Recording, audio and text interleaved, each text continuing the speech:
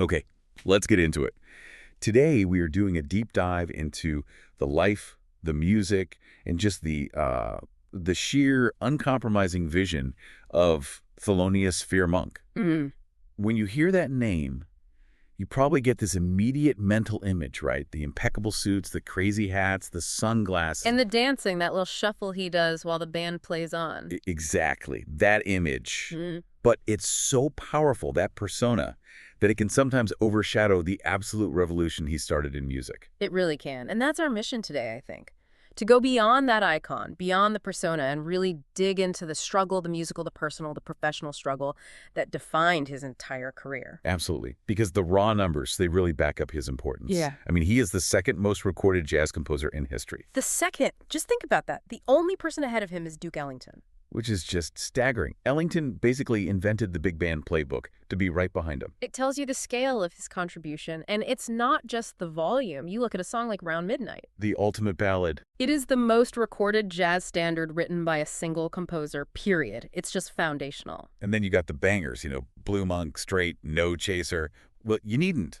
These are tunes that define the whole language of bebop. They do, and that's the paradox of his style, which we should probably touch on right away. Yeah, let's set the stage. He was rooted in this really old-school Harlem stride piano tradition, but the sound he created from it was so radical. It was full of dissonance, these sharp edges. When you hear it, it's like this beautiful conflict. You get these angular melodies, these notes that feel like they shouldn't be there, those flat ninths, the flat fifths. And the way he attacked the piano, it wasn't gentle. Not at all. It was percussive, he played it like a drum, and then he'd just stop. He'd leave these huge, abrupt silences in the middle of a solo. The space was as important as the notes. It's a sound that was just radically, completely original. And that originality, it wasn't born in a vacuum. So let's go back to the beginning. Section 1, the formative years and the Harlem Crucible. Right. And first up, a little correction that's in the sources. He was born in Rocky Mount, North Carolina in 1917. But his birth certificate actually misspells his first name as Thelius. Peleus. Yeah. And his middle name, Sphere, which is just so perfect for him, that came from his grandfather, Sphere Batts. But the real story starts in New York. Yeah. The family moves to Manhattan in 1922. He's about 4. They settle in this neighborhood called San Juan Hill. And this move, it changed everything. San Juan Hill was this incredibly vibrant, tight-knit black community. It's where his sound was born. But that neighborhood, it's not there anymore, is it? No, and that's the tragedy. It was completely bulldozed, displaced under urban renewal to make way for, among other things, the Lincoln Center for the Performing Arts. Wow. So the place that nurtured one of America's greatest artists was literally erased to build a temple for, well, mostly European classical music. That's the irony, yeah. Yeah. And his musical education there was just as unique. He tried trumpet for a minute. Instead. Nope. Switched to piano around age 9. And he learned from a few different places. First, his neighbor, a woman named Alberta Simmons. She taught him the Harlem stride style. Okay, so for someone listening who might not know, what exactly is stride piano? Why is that so important? Well, stride is all about the left hand. It literally strides or jumps between a low bass note and a chord higher up. It creates this huge, rhythmic, almost orchestral sound. It's a one-man band kind of piano. And the masters of that style, Fats Waller, U.B. Blake, those were his early influences. They were. And even more directly, James P. Johnson, who was maybe the biggest stride pioneer of them all, he lived in the same neighborhood. So Monk was breathing this music in. It was all around him. And his mother was teaching him hymns, gospel music. You can really hear that bluesy, soulful harmony in his later work. Absolutely. But then he takes this little detour into classical music. For 2 years, he studied with an Austrian teacher, Simon Wolf. Learning Bach, Beethoven, Mozart. Right. And the sources say he really gravitated toward Chopin and Rachmaninoff, the big dramatic romantics who were already pushing harmonic boundaries. So did any of that classical training really stick with him? Not in the long run. The lessons stopped once it was clear that jazz was his entire world. But it's so important to know he had that foundation. Why? Because it proves that his later wrong notes, all that dissonance, it wasn't an accident. It wasn't because he didn't know any better. He knew the rules perfectly well. He just chose to break them. He also went to Stuyvesant High School, which is for gifted kids, but he never graduated. It just seems like from an early age, institutional learning wasn't his path. By 16, he's leading his own band. At 17, he's on the road, touring as a church organist for an evangelist. Imagine that sound influencing a young Monk. All that powerful gospel harmony. It's all part of the mix. And then comes the place where the legend really ignites, Minton's Playhouse. The Crucible. In the early 40s, he becomes the house pianist there. And this wasn't just another gig. This was the laboratory where modern jazz was being invented. It was the after-hours spot. The musicians who were tired of the same old swing charts would go there to experiment. They'd have these cutting contests, these musical duels to see who was the most innovative. And Monk is right there, at the piano, at ground zero, helping formulate bebop with Dizzy Gillespie, Charlie Parker, Kenny Clarke. And what's so fascinating is how Monk's music became a kind of a gatekeeper for the new sound. Mary Lou Williams, the great pianist, she had this amazing quote about it. What'd she say? She said that the musicians at Minton's worked out a music that was hard to steal. Hard to steal. I love that. Yeah. So it was intentionally complex. Exactly. It was a way to keep the imitators, the leeches, as she called them, from just copying their licks without understanding the deep harmonic work behind it. Monk's chord changes were like a secret language. And she even said they started copying his look, too. The bop glasses, the beret, the whole persona was already forming. He was a leader right from the start, and even the older generation saw it. His first commercial recordings in 1944 were with the Coleman Hawkins Quartet. Hawkins was a swing giant, and he was championing this weird new pianist. That's a huge endorsement. But before we move on, there's this one really strange symbolic detail from around that time. 1943, he goes for his Army physical for World War II. And an Army psychiatrist labels him a psychiatric reject. A psychiatric reject. He wasn't inducted. It's incredible. We don't know the exact details, but it suggests his unique way of being, his quietness or his eccentricities were already so pronounced that the establishment just flagged him as unfit for conformity. Which is pretty much the perfect diagnosis for his entire musical career. Exactly. And that refusal to conform, it sets the stage for the next very difficult chapter of his life. Which brings us to Section 2, the cabaret card crisis and the dedication of patrons. This is where the struggle really kicks in. It's brutal. So in 1947, he gets introduced to Lorraine Gordon and Alfred Lion of Blue Note Records.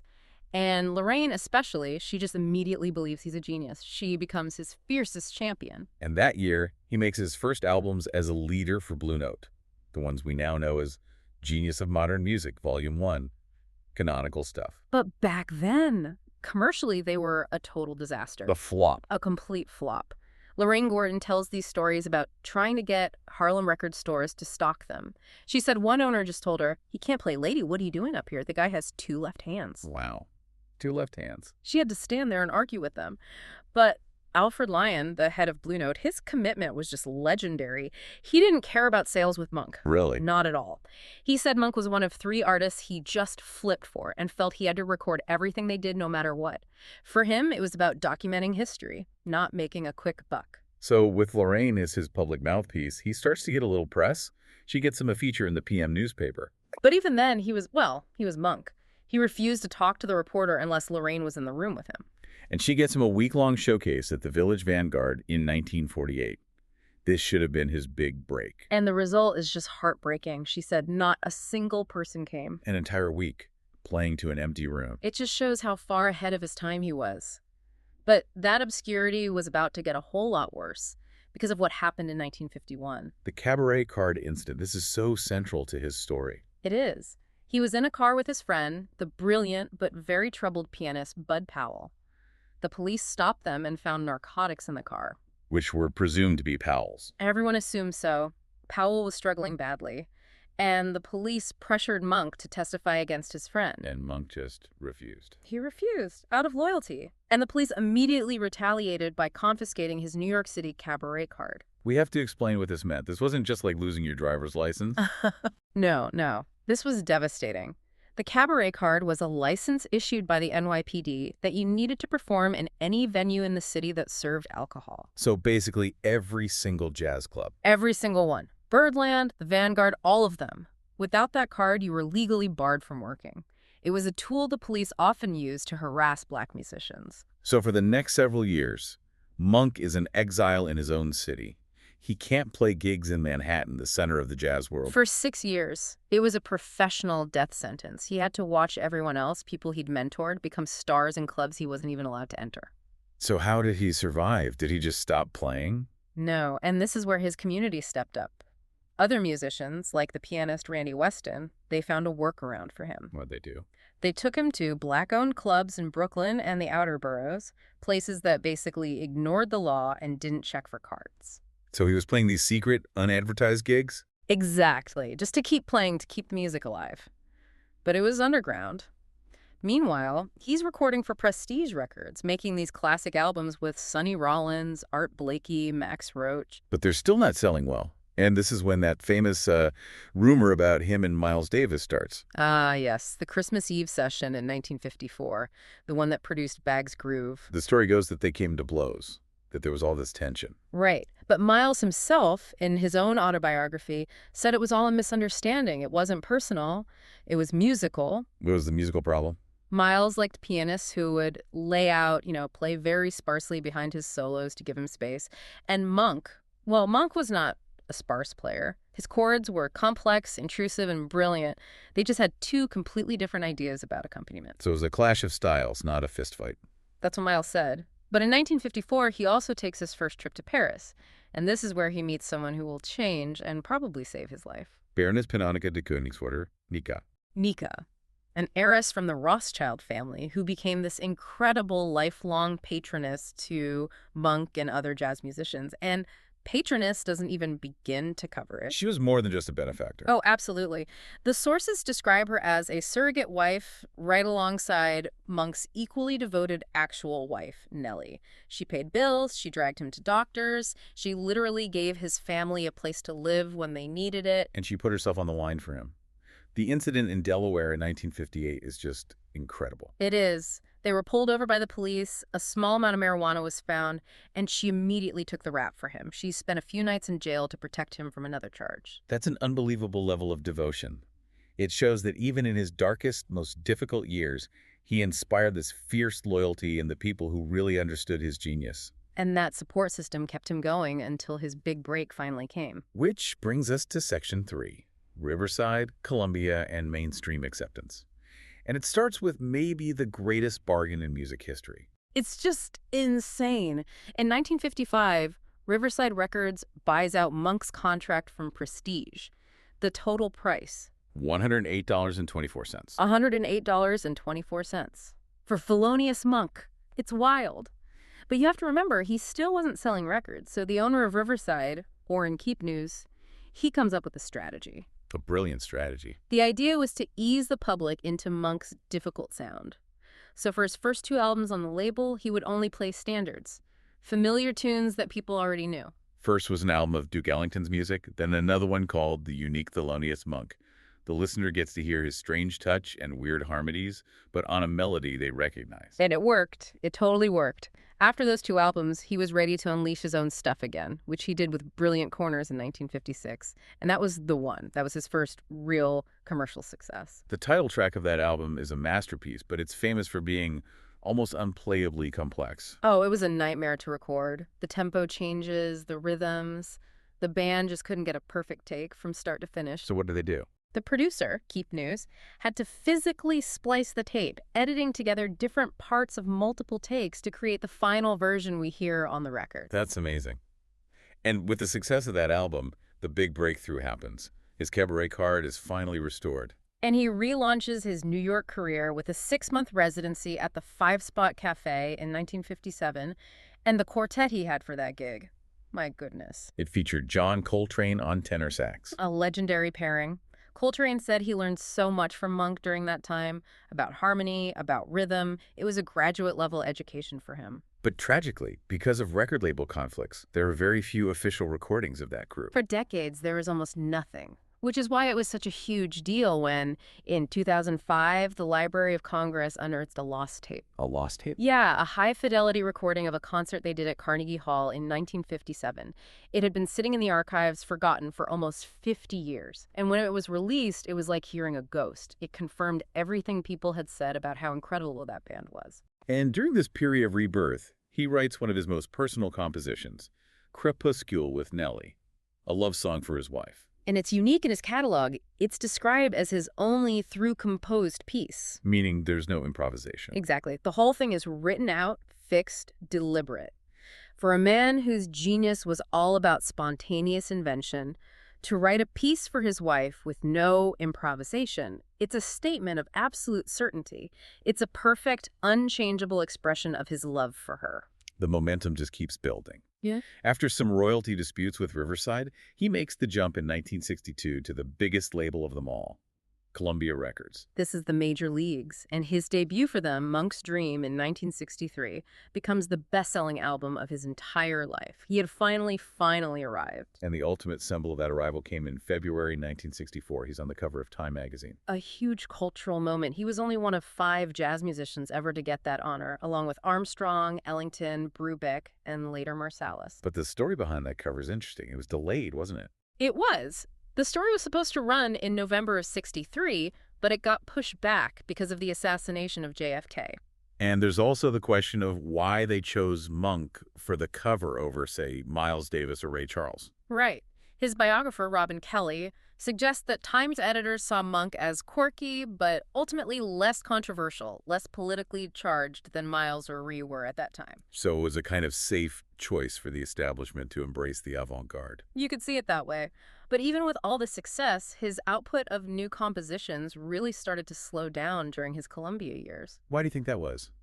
It's hard to say for sure. The pressure of fame, constant touring, and probably the beginning of the health issues that would later sideline him completely. But he did have one last burst of creativity on his final studio album for them, Underground, in 1968. He did. It had a bunch of new tunes, including one that's a real outlier in his work, Ugly Beauty. What's so special about it? It's the only song he ever wrote in 34 time. A waltz. After hundreds of songs in 44, he just drops this one little waltz in there at the end. And we should mention the band he had during this period, his longest-running group, Charlie Rouse on sax. Larry Gales on bass, Ben Riley on drums. They were together for more than 4 years, providing this incredible stability during his peak fame, which sort of contradicts the image of him as this impossible, difficult artist. He could be a great band leader. But that leads us right into the music itself. Section 4, diving deep into his technique, his quirks, and his health. We have to talk about how he actually played the piano. And this is the core of the Monk paradox. We have testimony from people like pianist Billy Taylor, who said Monk could really play like Tatum.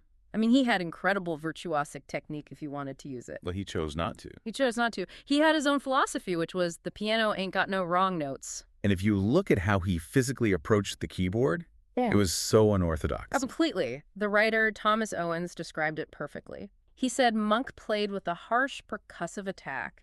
He used flat fingers, not curved ones like you're taught. He'd hold his other fingers high up in the air. Right. And sometimes he'd even hit one key with 2 fingers at once, creating these little dissonant clusters. Owens said it sounded like someone playing while wearing work gloves. That is such a perfect description. It's this rugged, powerful, maybe even clumsy sound. But it's a deliberate choice. It's a total rejection of flowery classical technique in favor of something more honest and rhythmic. And harmonically, he had his signatures, the whole tone scales. Those create that dreamy, floating sound. And he was a master of using silence. He would just leave these huge gaps in his solos, forcing you to think about the note he just played. His accompaniment style was famous for driving his horn players crazy. Oh, absolutely. Because he'd just start playing right in the middle of their solo. Just drop out completely. Yeah, leave them hanging there with just the bass and drums. It was a test. It forced them to be incredibly self-reliant, to really know the harmony inside and out. And he had his favorite key. It seems like everything came back to B flat for him. It was his home base, all his great blues tunes, Blue Monk, Mysterioso, they're all in B flat. His signature theme, Thelonious, is basically just a repeated B flat note. It was his key. But not everyone got it. We have to mention the critic, Philip Larkin's famous and very cruel description of them. The elephant on the keyboard. Yeah. It just shows how jarring his style was to people who were used to a more conventional idea of virtuosity. It does, but as the 70s began, the conversation tragically shifted from his musical quirks to his personal health, which was in a steep decline. By the mid-70s, he just disappears. He stops performing. His last studio recordings are from a 1971 tour called The Giants of Jazz. And that tour really shows the change in him. The bassist, Al McKibben, said Monk Barely said 2 words the entire time, just total silence. Which is so different from what Coltrane said about him in the 50s. The exact opposite. Coltrane said Monk would talk about music for hours, that he was this generous, patient teacher. So to go from that to complete withdrawal is it's a profound shift. The documentary Straight, No Chaser, attributes this to mental illness, which got much worse in the late 60s. The symptoms they describe are just harrowing. Days of manic excitement followed by pacing, followed by long periods of silence. And the medical care he received was really controversial. Very. Doctors recommended electroshock therapy, which his family refused, thank goodness. They put him on antipsychotics, on lithium. But later on, some doctors suggested he might have been misdiagnosed. Undiagnosed. Yeah, that he might not have had bipolar disorder or schizophrenia at all, and that the drugs they gave him may have actually caused brain damage. It's a heartbreaking what if. And his final 6 years were spent in isolation, in Nika's home in New Jersey. In silence. There was a piano in the room, but he never touched it. The man who reinvented the instrument spent his last years unable to play. He died of a stroke in 1982. Such a tragic end. Which brings us to our last section. His enduring legacy and a very persistent myth we need to bust. Well, the posthumous recognition has been immense. A Grammy Lifetime Achievement Award in '93, and in 2006, a special Pulitzer Prize. Not for a specific work, but for his entire body of composition. A huge honor. It really cements his place as one of the great American composers. But now we have to talk about the Juilliard myth. Right. This story is everywhere. That Thelonious Monk attended the prestigious Juilliard School of Music. It was in his eulogy, it's in the documentary, it's all over the internet, and it's just not true. So where did it come from? It seems to be a combination of a few points of confusion, but the main source was a music contest he entered around 1942. The first prize was a scholarship to Juilliard. And he won. He placed second. He didn't get the scholarship. Ah. And we have the perfect quote from Monk himself that puts this whole thing to rest. We do. Years later, the guy who did win the contest ran into Monk and said, you should have won. And what did Monk say? Monk's reply was, I'm glad I didn't go to the conservatory. Probably would ruin me. And that, right there, is the whole story. That's the thesis. He believed that formal training would have stamped out the very thing that made him a genius. His uncompromising, weird, brilliant individuality, which lives on, through the Thelonious Monk Institute of Jazz, which is now the Herbie Hancock Institute. And through the thousands of musicians he's influenced. The tribute albums are countless. From jazz players like Steve Lacy, to rock stars like Donald Fagen, to the Kronos Quartet. There's even a triple CD set by a German pianist that is a recording of every single song Monk ever wrote. And his name is just part of the culture now.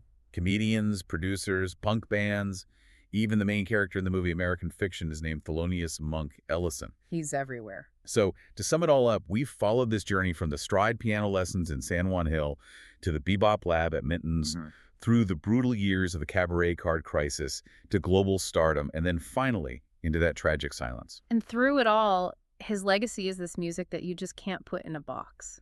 Music created entirely on his own terms, despite what any critic or record executive said. It's a testament to the power of artistic integrity. He was willing to be poor, to be misunderstood, as long as he could be himself. Which brings us back to that final, perfect quote. I'm glad I didn't go to the conservatory. Probably would have ruined me. So here's the final thought for you to take away. If Monk's genius, his angularity, his whole unique sound, was a result of him avoiding the established path, does true, game-changing originality always require standing outside the system? Do you have to break the rules to create something truly new? Something to think about the next time you put on one of his B-flat blues. Thanks for joining us for the Deep Dive.